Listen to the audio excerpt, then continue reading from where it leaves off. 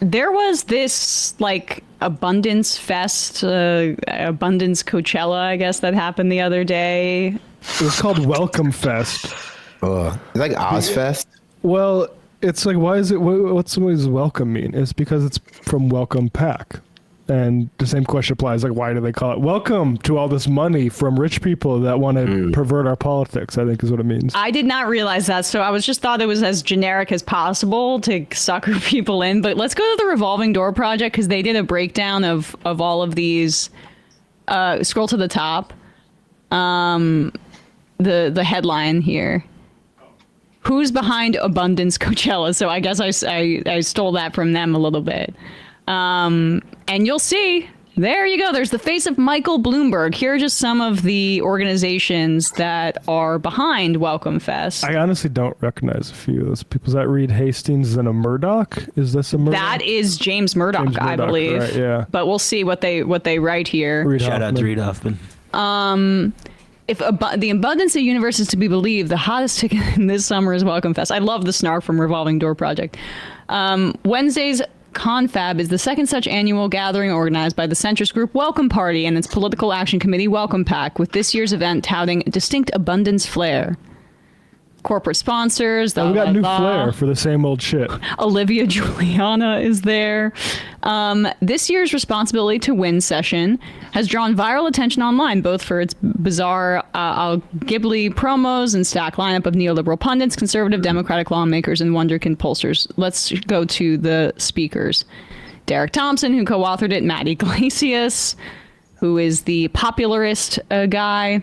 I like what they say about him, though. Confidently wrong pundit, and per Derek Thompson, the OG grandfather of abundance. Yeah, it's like slot merchants. Speaking of slots, Alyssa Slotkin, who's trying to get her winning CIA Slotkin. Yep, we can find some old pictures of her with George W. Bush. She doesn't think the Democrats should use the term oligarchy. Richie Torres, Jake Auchincloss, Adam Gray, Christine McDonald-Rivet, Glusenkamp Perez, Jared Golden, Adam Gentleson. There you go. That was part of his rebrand with the Fetterman piece in New York Magazine, David Shore. And then here's the stuff that's really important, the Welcome Pack donors. Reid Hoffman. Remember, this was this billionaire getting involved in trying to get Kamala Harris, if she wanted, to fire Lena Khan. He's given $1.8 million to Welcome Pack since 2021. Walton family, like the Walmart people, who I remember their involvement in the Republican Party being a scandal on the left. I guess the abundance people don't have a problem with that. Keep going down. So yeah, all the Waltons are there. Michael Bloomberg. The Bain Capital co-chair, James Murdoch. I love how it's called like Welcome Fest or whatever it is. It's the Welcome Parties, Welcome Fest or whatever. And I'm looking at their website, and the name is what I assumed they would be claiming the name was, that to promote that the Democratic Party is a big tent party and must welcome a diverse mix of ideologies and perspectives. Well, that's all nice on its surface, but the lefts, like progressives and leftists, are a part of whatever that big tent would be, right? And the whole thing, from everything I've seen, it was about attacking and knocking the left. So their whole welcome party isn't welcome to everybody. It's literally welcome to everyone who wants to take over the Democratic Party from the left and basically fuck the left. Yep. Yeah. Well, I mean, the left. Go ahead. The left doesn't have any billionaires to give millions and millions of dollars to this new neoliberal rebranding, right? I mean, for me, I haven't been keeping up with the abundance stuff. I maybe wrongly or at least prejudicedly dismissed it quite early as a new wave of neoliberal slop looking to rebrand the same things the Democrats have been trying since the 70s and 80s and 90s. And when you talk about the left, all I can say is that there is a distinct difference between leftists and basically liberals, neoconservatives, Republicans, Democrats.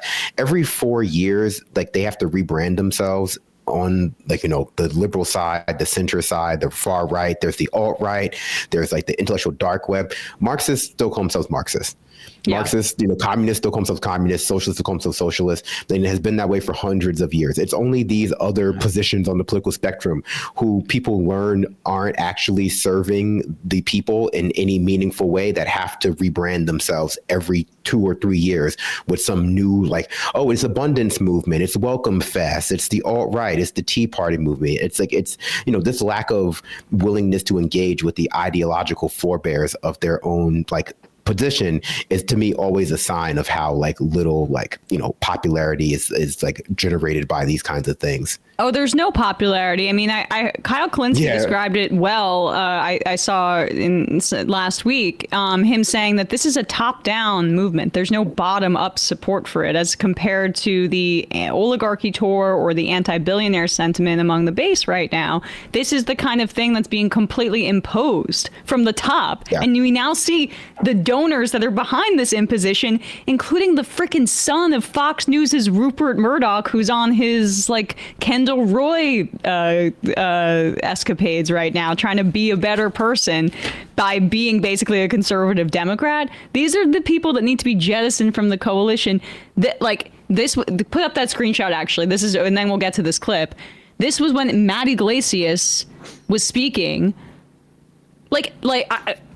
saying here that bad groups create bad incentives for Democrats. Now, I want to know what a bad group is, and we'll get a sense from Josh Barrow in just a second. But this is about the visits to CCOT for Abrego Garcia, which we saw massive dips in Trump's polling on immigration in a response to. Now, Iglesias might say that was just on its own without Democrats doing any politics, that there was that shift. Although it doesn't seem like he acknowledges that Trump lost support in polling on immigration because of this. The thing, the screenshot he has is more Democratic lawmakers visit El Salvador. That's them doing politics. Yes. And Cole Sandick on Twitter said this, and then we'll get to this clip. But like, it must be emphasized how this sort of centrism, responding to that, has become sort of a cult movement. The El Salvador trip was spectacularly successful per all polling. It doesn't matter.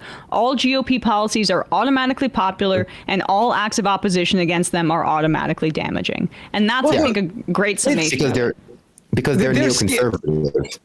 Yeah, right, but they're scared. They're scared of this, though. Go ahead, Brendan. I'm sorry. I was just going to say there is a type of person who operates within liberal spaces who likes to reference this broad popularity of conservative ideas by nature of the fact that they're popular in the spaces that they traffic in, which is moneyed spaces where billionaires traffic in, spaces where the uber wealthy decide where, the direction of the country is going to be. And they try to extrapolate that out to be the position of the population.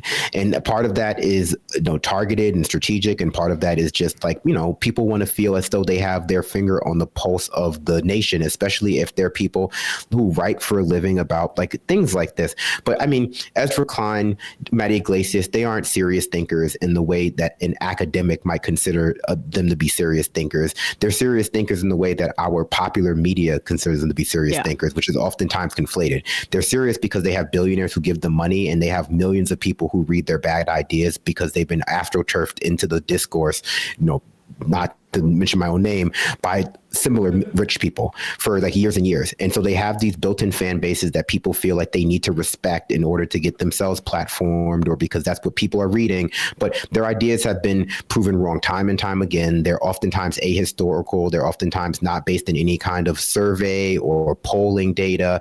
And they're still foisted upon us by nature of the fact that the conspiracies that they traffic in are reflective of the beliefs of the powers that be, and not because of them being broadly correct, scientifically correct, or even just popular. Right. They're scared of this because it is pushing normies, as I guess you would call them, apolitical people or traditionally sort of like, moderate, maybe slightly progressive leaning Democrats further to the left. Like during these Trump actions, like the deporting of undocumented immigrants to that El Salvadoran prison, I saw more like normie like Democrats completely radicalized. If you look at the protests on the streets, the protests at Tesla, it's all like grandma and grandpa looking 50, 60, 70-year-olds protesting against Elon Musk and Trump. There was a profile of Zoran Mamdani. I think it was in one of the New York magazine or one of magazine where they come across a woman in her 60s talking to Mamdani, and they interview her after. And the quote she gives them, this isn't, but this is very close to verbatim. I never considered myself in line with like the Bernie Sanders types, but I'm seeing now that they're the only people who care about us. They are completely frightened of more people seeing that and going further left, because that is what's going to happen. And like the left doesn't even need to do anything more than what they've always been doing. The situation we're in now with Trump is pushing them to see that what the left has always been doing is the right way. And that terrifies these people who don't want the left to win out.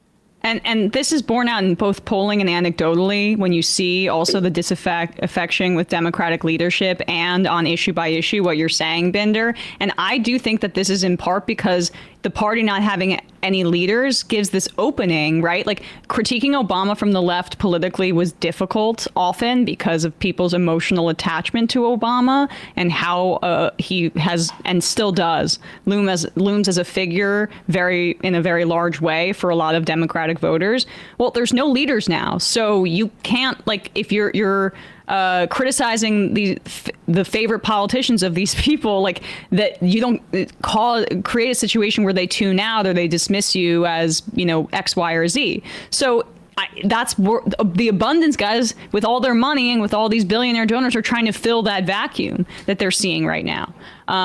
But go ahead, Matt. Yeah, I mean, what people are saying is there's an old saying in Tennessee, I know it's in Texas, probably in Tennessee, that says, fool me once, shame on you. If fool me, we can't get fooled again. That's what's happening with the American people right now. This is the exact same playbook that has already been run, including the exact words that they use. This is actually a tweet here I tweeted out. The group stuff is verbatim. The group stuff from Iglesias, Gentleson, etc., is verbatim reheated 90s Clintonism. Now, Matt Iglesias himself retweeted this tweet saying those were winners. You actually read this book by Nelson Lichtenstein and Judith Stein. They weren't winners. They were actually, in large part, responsible for the political hell we live in right now. As the Democratic leadership committees, these are like the centrist Democrats that would be at this sort of welcome fest now, in 1989 said, the politics of evasion, this was titled, the next Democratic nominee for president would have to, quote, convey a clear understanding of and identification with the social values and moral sentence of average Americans. And Carlson and Garmack, who wrote it, said the evasion was modern liberalism's focus. This is like Jesse Jackson type folks. Was their focus on economic fairness and its defense of the welfare state, plus the Democratic Party's dependence on, quote, interest groups. The Democratic Leadership Council never explicitly spelled out which groups these were, but it was obvious. Organized labor, the civil rights community, environmentalists, and advocates for women's rights. They called this, quote, liberal fundamentalism and rejected the idea that's all economics when it came to Democratic Party's core appeal.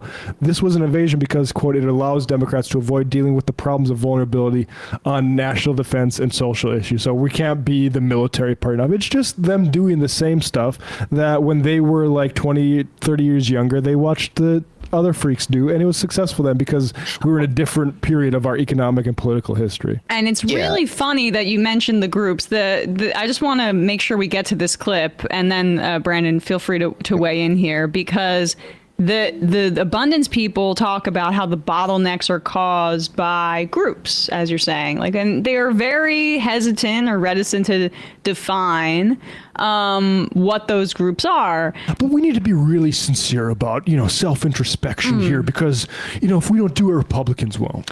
And that leaves a lot of things open, like, okay, so you're saying that organized labor is on the same level in terms of power as the corporations that are creating these issues? Because that's just like not borne out in fact. Or environmentalists. Well, here is Josh Barro on stage with Richie Torres saying the quiet part out loud. A lot of abundance fans here today. When I look at policies in New York that stand in the way of abundance, very often if you look under the hood, you eventually find a labor union at the end that is the driver of that. I mean, to take some surprise, to build a new hotel in New York anywhere in the city without special permission from the City Planning Commission. This is a law that was lobbied for by the Hotel Workers Union and has had the intended effect of shielding existing hotels from competition, driving up hotel rates. City's also basically banned Airbnb. Good. You talk about the expensive subway. Wait, what? On the operating side, you have a So one thing you need to understand about Josh Barro, and I hope he sees this, is cut back.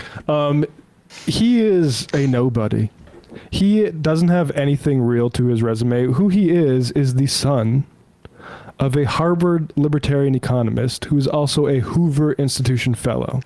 And the only times he's ever been relevant to my life is when for some reason he's placed on a podcast for some sort of ideological balance, basically DEI for conservatives. Or it's him coming out with some bullshit like this, which is, what your community needs is Airbnb.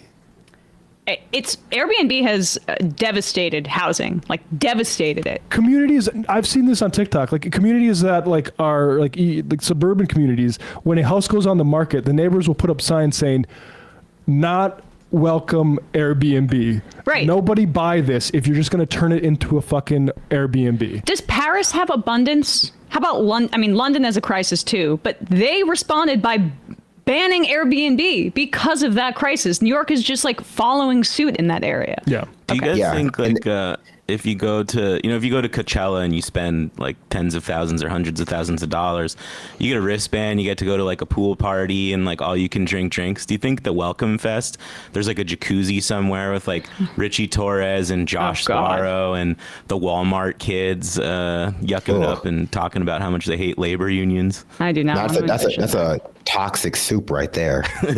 Yeah. Go ahead, Brandon.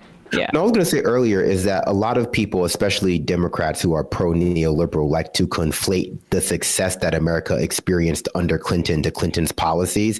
And like a lot of that was just like a lot of money sloshing around as a result of like the first internet bubble really coming into impact and a big tech boom and just lots of money slashing around, where like the actual policies that Clinton put into place, like, some of them maybe contributed to a larger GDP, but a lot of that was concentrated in the hands of like the uber wealthy then too. And then the deregulation that he set into motion, like, with Greenspan, it just led to the 2008 housing crisis. It was just a straight line to that. So like we just live, as Matt was saying, in an entirely different economic time. And, the liberalism that they're trying to pitch just requires there to be broad, or at least for people to perceive there to be broad economic abundance or broad economic opportunity that is just no longer perceived to be the case. And it's just not the reality of what people are experiencing anymore. And so this kind of liberalism is just not popular anymore. It doesn't speak to people's material conditions. It doesn't even speak to people's material conditions as well as the far right does, because at least they acknowledge that the problem runs a little bit deeper than like, zoning regulations. This is a handout to, big realtors. This is a handout to big, like, I'm the production companies, but big developing companies and stuff like that. Yeah, developers, not to people who need housing, not to people who need like jobs or anything like that. I mean, real estate associations are like the underreported interest group that drives so much policy. Lords of creation. Yeah. I mean, I get the Politico Playbook newsletter, and it was like last week or something like that, sponsored by the National Association of Realtors. Usually you'll see like ExxonMobil up there or something like that, but they have significant sway. It's also behind a lot of the crime panic in cities because real estate associations are worried about the values of their properties. I just want to, I mean, that's one of the reasons, that's one of the main reasons, if not really the main reason, reason, at least in New York City, I think it was the main reason why remote work so quickly ended after the COVID-19 pandemic, waned. People think like, oh, people took advantage, and they're of course wanting to blame workers. Fits right in with abundance, I guess, right? But no, the reason is, at least in New York City, this was reported, the real estate companies, the owners of these buildings, were complaining that the companies who were renting from them were not going to continue renting from them because they were going to go to remote. And then the businesses that basically set up the shops who open for lunch and stuff were complaining that they couldn't pay their rent because they had set up specifically to be by office buildings. And everyone was worried about the landlords and where would they rent to if everyone was working remotely. And the mayor got involved and wanted everyone going back to work. And all these companies got together and said, oh, we got to get everyone back to work. It was all because of the landlords, the owners of these big office buildings. I mean, it's ridiculous. San Francisco, it's happening. New mayor is also doing the same thing right now, and it's the same exact moneyed reasoning behind it. I just want to take back what I said about Josh Barro, that he never had accomplished anything in his life, because we just play the rest of this clip, because what he did accomplish here is make sure Richie Torres is going to have a tough time getting any union endorsements on a statewide level. That is a beautiful thing, actually. Lobbies. That's why he's courting Musk. And crews to drive subway trains, which is done almost nowhere else in the world. On the capital side, it's the construction trade unions that have imposed a lot of practices that drive up cost. We have a law that is supposed to drive the production of new housing, privately built housing in New York City, that was amended at the behest of those construction trades to create union set-asides that have greatly increased the cost to deliver housing under that program and reduce the production. Is there a way to have a pro-abundance Democratic Party agenda in New York without breaking the strong link that exists between the New York Democratic Party and the labor movement? I don't think so. I do not blame the groups. I blame the elected officials. I think we, the elected officials, should Not good enough. Everyone should have a seat at the table. Everyone's voice should be heard, but no one's going to have veto power. And we're no longer going to pursue policies that manufacture. What about Zionists? I think that's the burden of elected officials. All right, whatever. I don't care. I think this is just so transparently not aimed at voters and aimed at like donors of very specific industries, like the real estate industry, like, commercial and domestic developers of houses. And, just a handful of other industry leaders who are just looking for deregulation, that even just the way they speak about it, I can't imagine just being like a normal person who listens to this, like, yeah, how do we get like, housing deregulated and labor unions paid less in order to, build more like shit, like essentially, like, it's like, that's just not the problem, obviously. I mean, I actually do think it's targeted at regular voters and regular people, but not in the way that, but specifically to turn them further right wing and to believe these things that are incorrect. Yeah, like they're set like people in this country have been set up to believe that if something related to the government is inefficient in some way, it's because of government bureaucracy or because of the labor unions, with their contracts and stuff. They never are taught to blame lobbyists or the corporations who muddy the waters and try to get things and waste time to get things in their way. It's always the fault of government agencies, government set up to help you, and the labor unions, which are meant to protect workers. And and this whole project seems to further enforce that. Like, listen, I don't know how it is elsewhere in the country. I'm not an expert in that specific area in terms of like build housing, and I'm not a NIMBY. I think building more housing is good, but these things aren't alone. Like I am seeing here in New York City, where I can be an expert because I've lived here my entire life. I am seeing. And I live in Queens, in an area that is being heavily invested in right now, and large buildings are going up left and right. And it's the most probably city-like area, one of the most city-like areas of Queens, closest to Manhattan, like Manhattan, I should say. And many, many, many, many buildings are going up, residential areas, large, many, many stories. The affordable housing that's put in there is thousands and thousands of dollars, like studio apartments starting at $3,000-$4,000. That is not affordable. It is not affordable. That's not, so just building more things isn't going to lead to more affordable housing, as we're seeing what's happening. These same companies are being given the ability to build, and they're continuing to drive prices up because they know who to target to get the people in there, or they'll just leave the affordable housing open. They don't care. They make enough money from the rich, wealthy people who come in and buy up the housing anyway.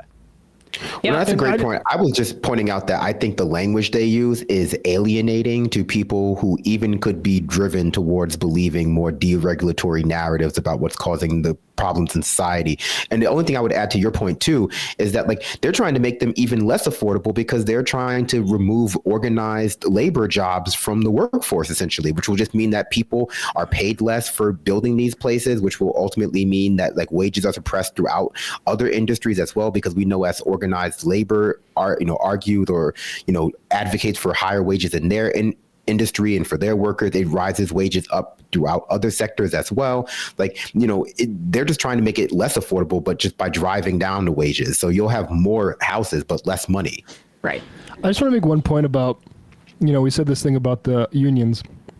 Derek Thompson and Ezra Klein don't actually come for unions in the book. In their acknowledgments, a lot of the people they acknowledge definitely are anti-union, but they don't make the argument that Barrow does in the thing. But the point I want to make about that is these book tours and the media tours around them are as important as the actual content of the book. Because, and I would also say that, and I hesitated to make this comparison before, but now that they're coming for unions, it needs to be said. Charles Murray in The Bell Curve, the Bell Curve has plenty to object to in terms of like the science and the studies that it cites, but more careful they were in that book than when they would go on the media tour and talk about IQ and stuff like that outside of the context of what they publish. And the Josh Shapiro example with I-95, Josh Shapiro goes out of the way to say we worked with all these trade unions around the clock and we got it done. And also Barrow has no, just like any other supporter of American capitalism, or I would just reduce that to dumbass libertarian, has no conception of the world outside the United States, where Japan, France, all these countries have much higher union density and yet are able to do these things in a way that we aren't. Hey folks, don't forget to hit the subscribe button and check out our daily show. We do it every day at 12 p.m. Eastern for about 2.5 hours. We even take phone calls. You should check that out.